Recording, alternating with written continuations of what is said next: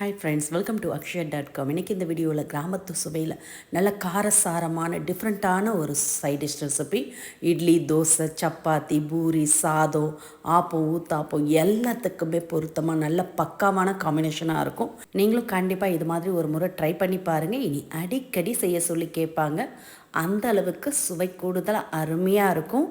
இப்போ இதை செய்யறதுக்கு மிக்சிங் பவுலில் 1 கப் அளவுக்கு பச்சை பயிறு, 200 கிராம் அளவுக்கு பச்சை பயிரை 5லேருந்து 6 மணி நேரம் ஊற வச்சு எடுத்துக்கங்க. இந்த அளவுக்கு பச்சை பயிறு நல்லா ஊறி இருக்கணும். நீங்கள் காலையில் செய்கிற மாதிரி இருந்ததுன்னா நைட்டே கூட ஊற வச்சுடுங்க, செய்யறதுக்கு ஈஸியாக இருக்கும். இப்போ இதில் இருக்க தண்ணியை பூரா வடிகட்டிட்டு இதை அப்படியே ப்ரெஷர் குக்கருக்கு மாற்றிக்கங்க.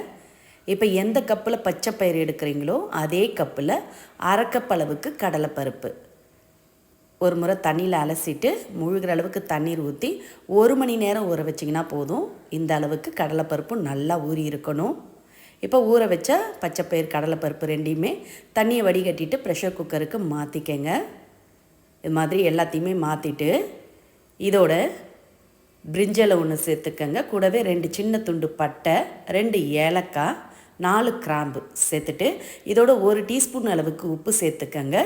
கூடவே 2 கப் அளவுக்கு தண்ணீர் சேர்த்துக்கங்க. நான் ஊற வச்ச தண்ணியே சேர்த்துருக்கேன்.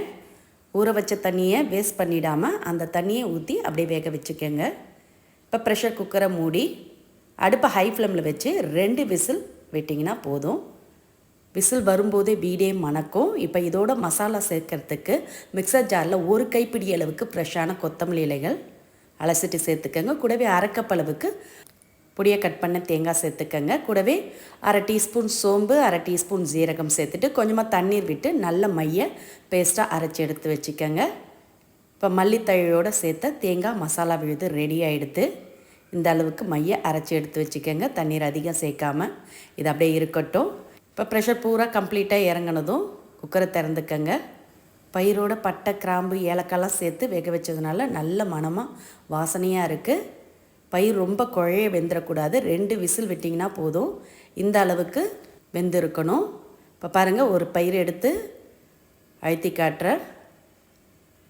ரொம்ப குழையாமல் லைட்டாக மசிஞ்சு இருக்குது பாருங்கள். இப்போ தாளிக்கிறதுக்கு வானலை சூடு பண்ணியிருக்கேன்.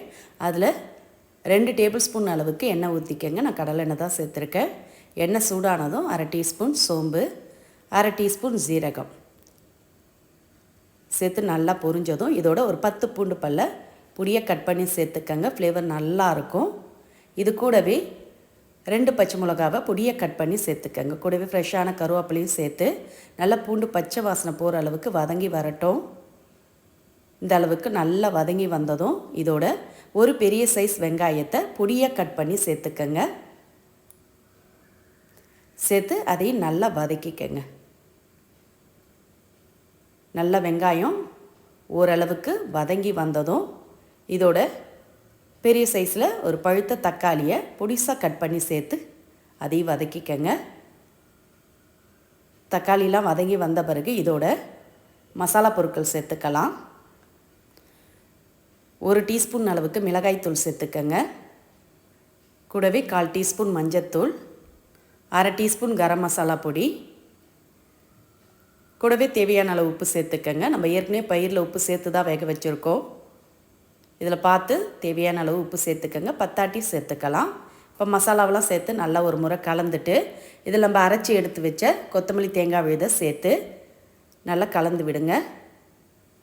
இது மாதிரி நல்லா கலந்து விட்ட பிறகு இதை அப்படியே மூடி வச்சுடுங்க. மூடி ஒரு 2 நிமிஷம் அப்படியே குக் ஆகட்டும். அதில் இருக்க பச்சை வாசனைலாம் போய் நல்லா எண்ணெய் பிரிஞ்சு வரட்டும். பாருங்கள், கொதித்து எண்ணெய் கொஞ்சம் பிரிஞ்சு வந்திருக்கு. இப்போ இதில் வேக வச்ச பயிர் எல்லாத்தையும் சேர்த்துக்கங்க. வேக வச்ச பயிரை தண்ணியோடய சேர்த்துக்கங்க. உங்களுக்கு கிரேவி எந்த அளவுக்கு திக்காவோ தண்ணியாவோ வேணுமோ அந்த அளவுக்கு தண்ணீர் சேர்த்துக்கங்க. நான் இதில் 1 கப் அளவுக்கு தான் தண்ணீர் சேர்த்துருக்கேன். பயிர் வேக வச்ச தண்ணியோட எக்ஸ்ட்ரா 1 கப் அளவுக்கு தண்ணீர் சேர்த்துருக்கேன். அப்போ தான் சப்பாத்தி, பூரி, ஆப்பம், தோசைக்கெலாம் தொட்டு சாப்பிட நல்லாயிருக்கும். இது ஆறுனா இன்னும் கொஞ்சம் திக்காகுங்க. அதனால் உங்கள் தேவைக்கேற்ப தண்ணீர் எக்ஸ்ட்ரா சேர்த்துக்கங்க. சேர்த்து நல்லா கலந்துட்டு அப்படியே மூடி வச்சுடுங்க. ஒரு 2 நிமிஷம் நல்லா கொதித்து வரட்டும். கொதிக்கும் போதே நல்ல மணமாக சூப்பராக இருக்கும். பக்கத்து வீடு வரைக்கும் வாசம் வருங்க. இப்போ நல்லா கொதி வந்திருக்கு. இப்போ இதோட ஃப்ரெஷ்ஷான கொத்தமல்லி இலைகள் பொடியை கட் பண்ணி தூவிக்கங்க. கூடவே 1 டீஸ்பூன் அளவுக்கு பட்டர் இருந்துன்னா சேர்த்துக்கங்க. பட்டர் இல்லாட்டி நெய் கூட சேர்த்து நல்லா கலந்துட்டு சுட சுட பரிமாறலாம். இது தோசை, இட்லி, சப்பாத்தி, பூரி, ஆப்பம், ஊத்தாப்பம், இடியாப்பம் எல்லாத்துக்குமே அருமையாக இருக்கும். மதியம் சாதத்தோடு கூட நீங்கள் சேர்த்து சாப்பிட்லாம். காலையிலே செஞ்சிட்டிங்கன்னா மதியம் லஞ்சுக்கு நைட்டு டின்னர் வரைக்குமே வச்சு சாப்பிட்லாங்க. அந்த அளவுக்கு சுவை கூடுதலாக நல்ல ஒரு ஹெல்த்தியான காரசாரமான சைடிஷ் ரெடி ஆகிடுது. இதே மாதிரி இதே அளவுகளோட இந்த கிரேவி ரெசிப்பியை நீங்களும் ட்ரை பண்ணி பாருங்கள். ட்ரை பண்ணி பார்த்துட்டு உங்களோட கருத்துக்களை கமெண்டில் தெரிவிங்க.